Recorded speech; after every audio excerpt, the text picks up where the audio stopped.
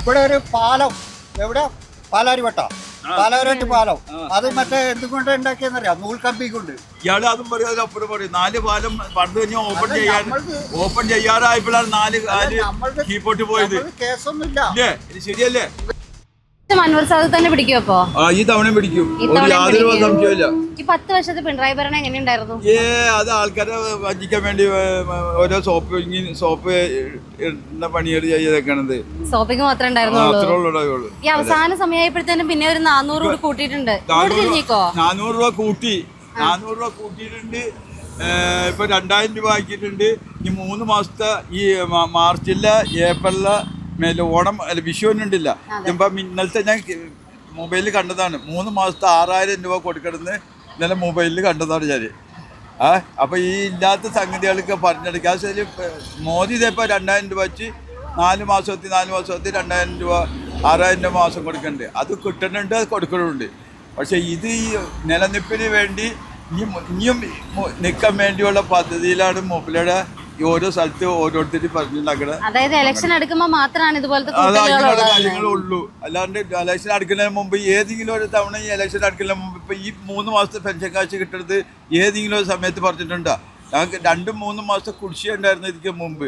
ഇതിപ്പോൾ ഇങ്ങനെയുള്ള സമയം അടുക്കുമ്പോൾ ഇവർ കുറേശ്ശെ തന്ന് അതാണ് തീർത്തിട്ട് അവസാനം ഇലക്ഷൻ വരുമ്പോൾ പറയും 3 മാസത്തെ കാശ് 6000 രൂപ ഒറ്റയടിക്ക് നമ്മുടെ കയ്യിലേക്ക് കാശ് വരുമ്പോ എന്ന് പറയും. പക്ഷെ അത് ഉണ്ടാവില്ല. അത് വെറുതെ ഇവരുടെ ഈ ഇലക്ഷൻ അടുക്കുമ്പോൾ ഇപ്പൊ അടുത്ത മാസം 13-ാം തീയതി വോട്ടാണല്ല. മൂപ്പില ഇവിടുത്തെ ഞങ്ങൾ ആലുവക്കാരനാണ്. ഇയാളെ ഇവിടുത്തെ അതല്ല ഞാൻ പറയാം. 3 തവണ ജയിച്ചിട്ടുണ്ട്. ഇപ്പൊ 4ാമത്തെ തവണ ഇപ്പൊ മൂപ്പില നിൽക്കണ്ടെന്നുള്ള നേരെ ഒരു കണ്ടീഷനിലൊക്കെ ഉണ്ടായിട്ട് നാട്ടുകാര് വീണ്ടും മൂപ്പിലെ ഉയർത്തി പിടിച്ചിരുത്താണ്. 6 വർഷം എങ്ങനെ നടന്നതാ? 6 വർഷം എങ്ങനെ കിടന്നതാ? ഇത് ആർക്കെങ്കിലും ഒരാൾക്ക് ഇയാളുടെ വാക്ക് ചോദിക്കട്ടെ. ഇയാൾ ഇവിടെ തരുന്നല്ല. ഇയാളുടെ ഈ കച്ചവടം ചിലപ്പോ ഇയാളുടെ ചിലപ്പോ ഈ കച്ചവടം അല്ല. ഞാനിവിടെ ഇപ്പൊ എന്റെ അറിവില് ഞാനിപ്പോ ഈ നാട്ടുകാരനൊന്നല്ല. അല്ല, എനിക്കറിയാലോ. ഈ സ്റ്റാൻഡ് എന്റെ ഓർമ്മയില് എനിക്കറിയില്ല. ഇപ്പൊ നിങ്ങൾ തന്നെ ആ പഴയ ബസ് സ്റ്റാൻഡ് എന്ന് പറയുന്നത് ഇടിഞ്ഞു പൊളിഞ്ഞ് ഏത് സമയത്താ വീഴെന്ന് പറയാൻ കഴിയില്ല. ശരിയാണോ? വീണില്ല. അല്ല, വീഴുന്ന ആൾക്കാർക്ക് ഇപ്പൊ ഞാൻ medical college Thiruvananthapuram medical college Kottayam medical college ആരും ഇല്ലാന്നും പറഞ്ഞു ഉമ്മൻചാണ്ടിയുടെ കാലത്ത് ഉണ്ടാക്കിയതാണ്. മന്ത്രി പിന്നെ പറയുന്നേക്ക് ഇവിടെ ഒരു പാലം എവിടെ പാലാരിവട്ട പാലാരിവട്ട് പാലം അത് മറ്റേ എന്തുകൊണ്ട് ഉണ്ടാക്കിയെന്നറിയാം നൂൽക്കമ്പി കൊണ്ട്.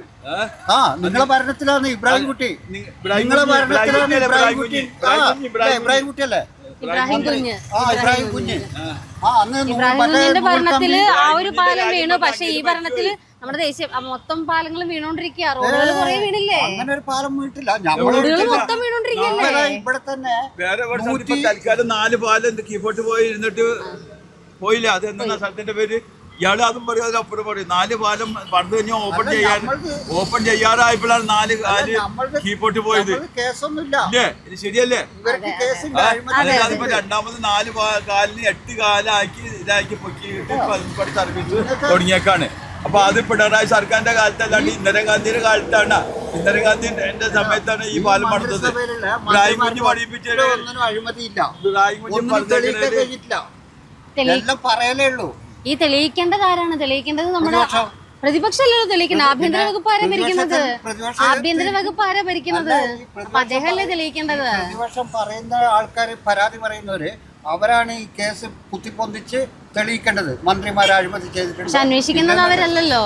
ആഭ്യന്തര അവരുടെ കയ്യിലല്ലല്ലോ. അത് ഒരു കാര്യം മാത്രമായിരിക്കണം. അവര് ആ ഒരു കാര്യം നമ്മള് സാധാരണ നമ്മള് ഭക്ഷണം കഴിക്കണുണ്ട്. ആ ഭക്ഷണം ഇങ്ങനെ കഴിച്ചോണ്ട് അരിയത്തിന് തീറ്റ കഴിഞ്ഞോണ്ട് ഞങ്ങൾ ബാക്കിയാൾ തട്ടിക്കളഞ്ഞോണ്ട് അടിച്ച് പോവാടാ. നമുക്ക് മതിയായി കഴിയുന്നവരെ ആ സാധനം എടുത്ത് തിന്നാണ്. അപ്പോൾ അത് ആ ഭക്ഷണം കഴിക്കുന്ന മാതിരിയെല്ലാം മന്ത്രിസഭയിലും അതിലൊക്കെ ഇവർ യോഗം ചേർന്നത്.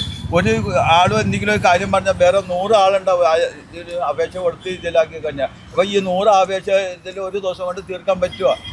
നമുക്കൊന്നും കിട്ടിയിട്ടുമല്ല, പറഞ്ഞിട്ടുമല്ല. ഇടയ്ക്ക് നവകേരള സദസ്സൊക്കെ നടന്നില്ലായിരുന്നോ? അതിലെന്തെങ്കിലും പങ്കെടുക്കുക എന്തെങ്കിലും ചെയ്തായിരുന്നോ? പോയില്ല. അതിന്റെ എന്തെങ്കിലും